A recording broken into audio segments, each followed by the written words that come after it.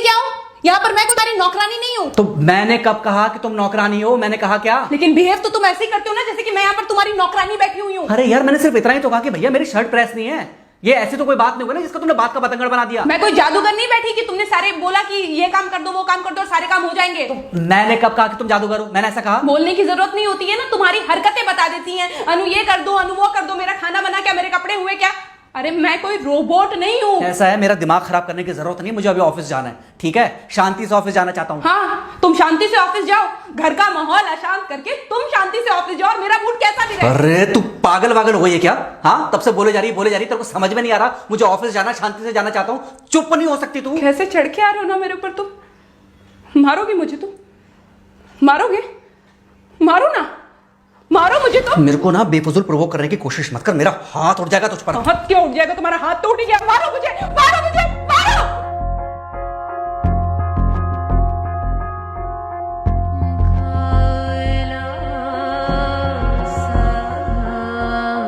Mummy. बेटा बेटा क्या हुआ है? हाँ मम्मी मुझे याद नहीं रहता मम्मी, मैं अभी आ रही हूँ। अरे बेटा पर हुआ क्या है? कम से कम एक बार हमको बताओ तो सही। तुम बस बात हुआ मम्मी, हम नहीं रह सकती मैं यहाँ पर। क्या हुआ? इसने हाथ उठाया मुझ पर। किसने? राहुल ने। बेटा तुम एक काम करो, तुम सीधे अपना सामान बांधो और चुपचाप घर चली आओ। तुमको एक मिनट भी वहां रुकने की कोई जरूरत नहीं है। सुन रहे हो ना तुम? अरे हुआ क्या, मुझे बताओगे जरा? दामाद जी ने हमारी बेटी के ऊपर हाथ उठाया।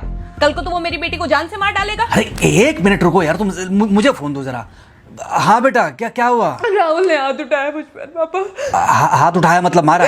नहीं लेकिन हाथ उठाया मेरे ऊपर। मतलब मारा नहीं? नहीं लेकिन शाम को तो आकर मार सकता है ना मुझे वो गुस्से में था? हाँ बहुत। बेटा तुम तो शांत थी ना, तुम तो गुस्से में नहीं थी ना? नहीं मैंने भी गुस्से में बहुत सुनाया। तो अब क्या चाहती हो?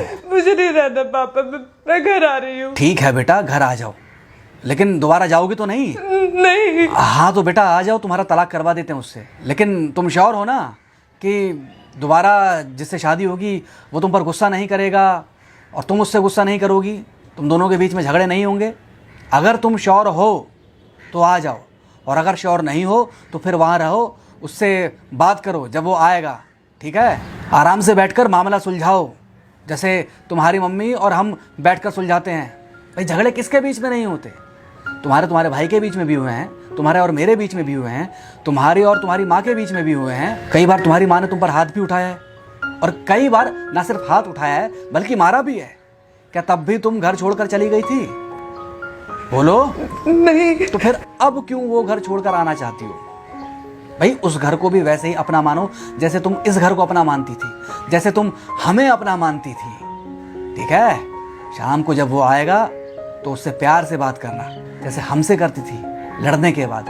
ठीक है? क्या हुआ? फोन काट दिया लगता है। हाँ तो ऐसे कौन बोलता है अपनी बेटी को? अरे भाई आज हम जिंदा हैं तो वो लड़के आ जाएगी यहाँ, कल जब हम जिंदा नहीं रहेंगे तो फिर कहाँ जाएगी? मैं नहीं चाहता कि ऐसे ही वो अपने हालातों से भागती रहे। याद है बचपन में एक बार जब वो गिर गई थी, रो रही थी, और जब मैं उसको उठाने जा रहा था तो तुमने क्या कहा था? यही कहा था कि उठाना मत उसको।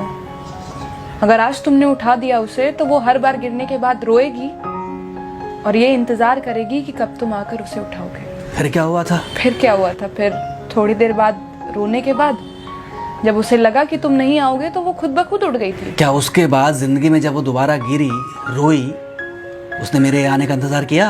नहीं किया, बल्कि हर बार खुद ब खुद उठ जाती थी। हाँ तो बस जो तुमने उसके बचपने में किया आज वही मैं कर रहा हूँ। आज जल्दी आ गए ऑफिस से? हाँ एक्चुअली ऑफिस में कोई बहुत ज़्यादा काम था नहीं तो इसलिए। पानी लेकर आऊं? नहीं कोई बात नहीं, सॉरी मैं सुबह थोड़ा ज़्यादा ही हाइपर हो गया था। सॉरी, मैं भी गुस्से में कुछ ज़्यादा ही बोल गई थी। एक्चुअली मुझे समझना चाहिए कि तुम दिन भर इतना काम करती हो तो मुझे भी समझना चाहिए कि तुम भी बाहर रहते हो, इतनी सारी परेशानियां होती होंगी। आगे से तुमको शिकायत का मौका नहीं दूंगा।